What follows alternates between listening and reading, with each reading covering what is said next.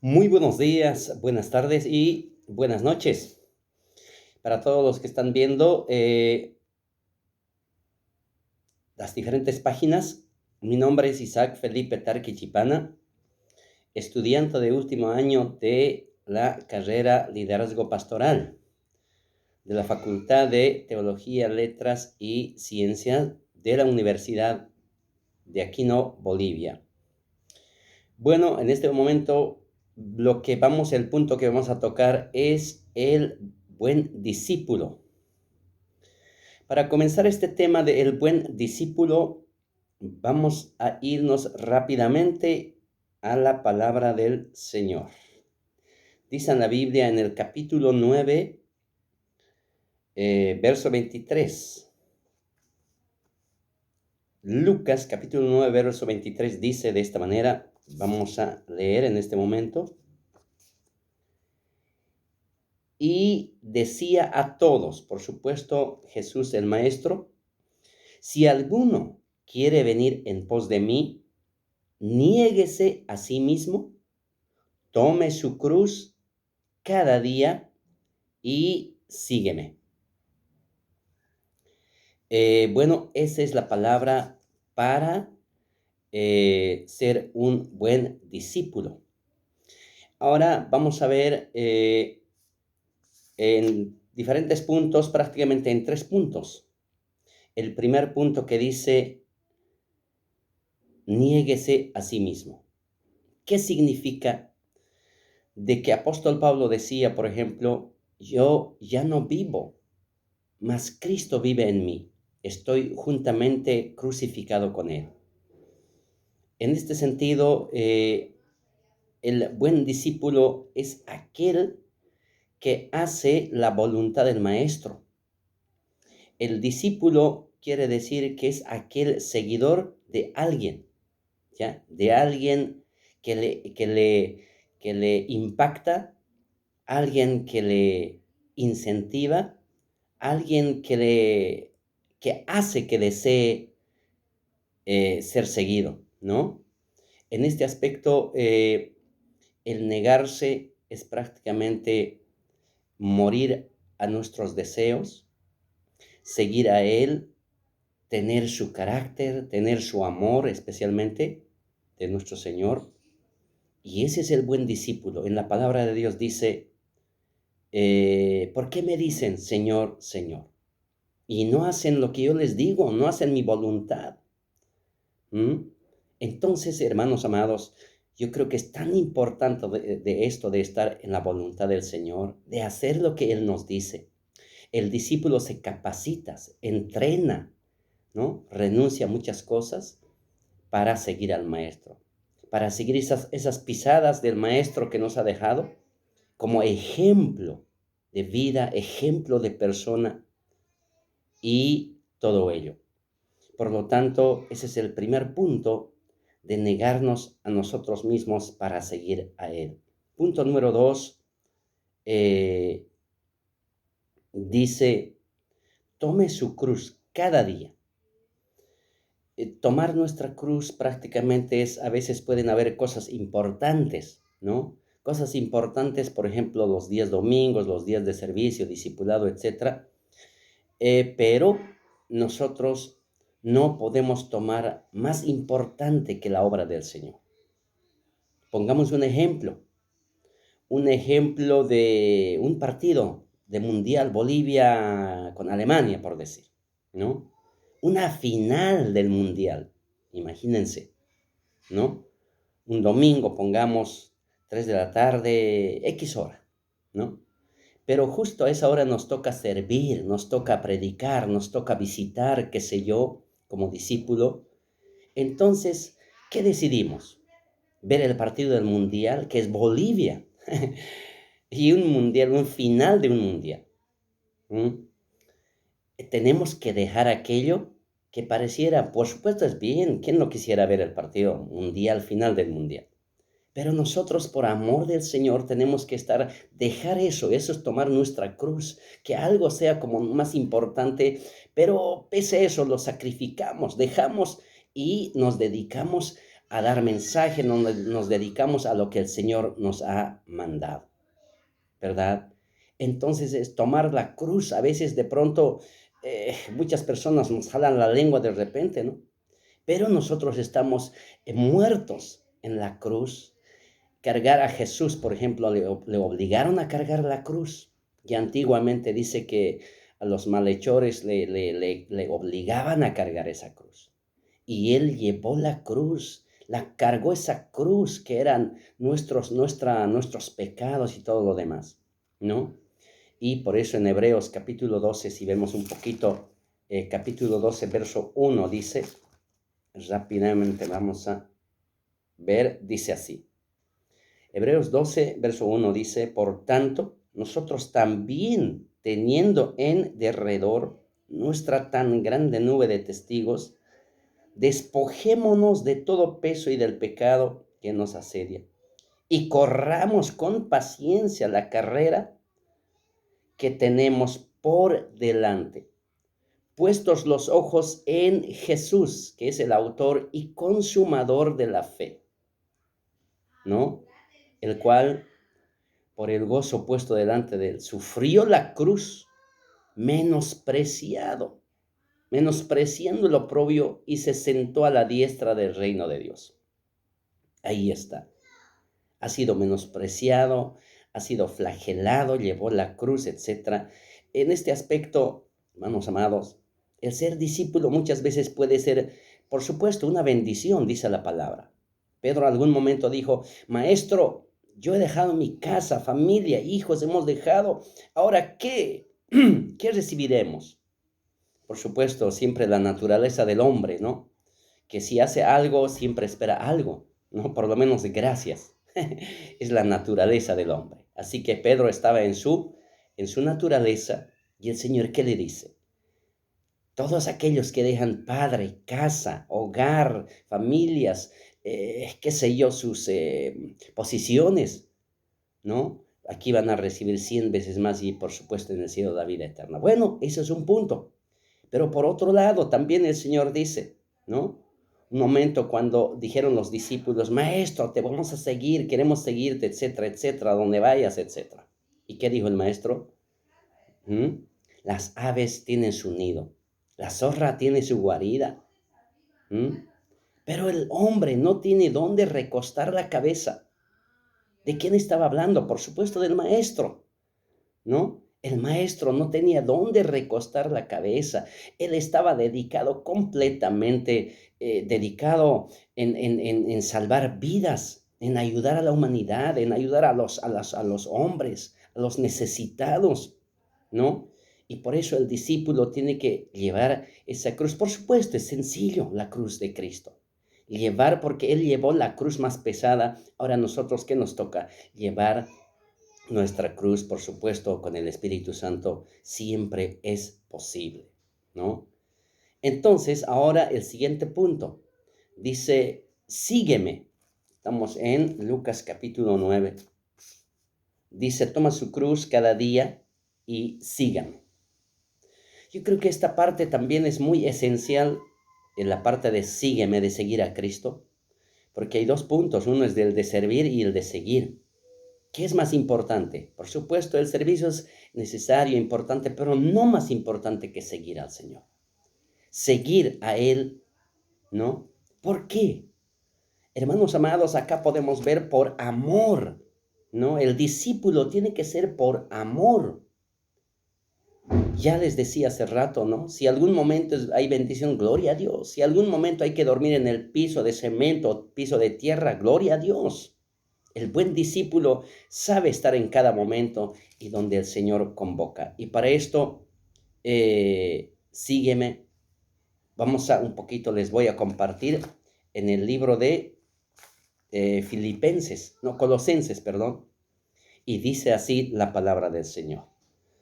En el libro de Colosenses capítulo 1, verso 12, en adelante hasta el 14, dice de esta manera. Con gozo dando gracias al Padre que nos hizo aptos para participar de la herencia de los santos en luz. Ahora, aquí viene el mensaje. el cual nos ha librado de la potestad de las tinieblas y trasladado al reino de su Hijo amado, en quien tenemos redención por su sangre, el perdón de pecados. Clarito.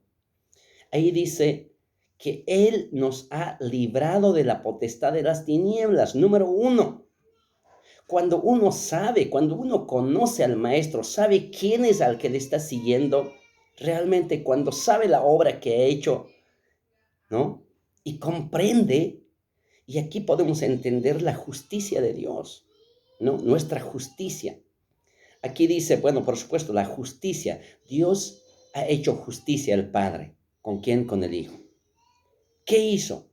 Dice, el Padre nos ha llevado, nos ha librado de la potestad de las tinieblas, donde un día, sin Cristo, sin fe, sin esperanza, sufríamos el desamor, sufríamos, ¿qué les digo? Por supuesto, mm, el zarandeo del diablo. Éramos esclavos del pecado, esclavizados, estábamos en esclavitud, ¿no? Las tinieblas, estar en las tinieblas, los demonios todos los días nos zarandeaban. No éramos libres, por supuesto, dice la Biblia, ¿no? Entonces, ahora, ¿qué hace el Padre? Dice, nos ha trasladado al reino de su Hijo amado. Qué tremendo.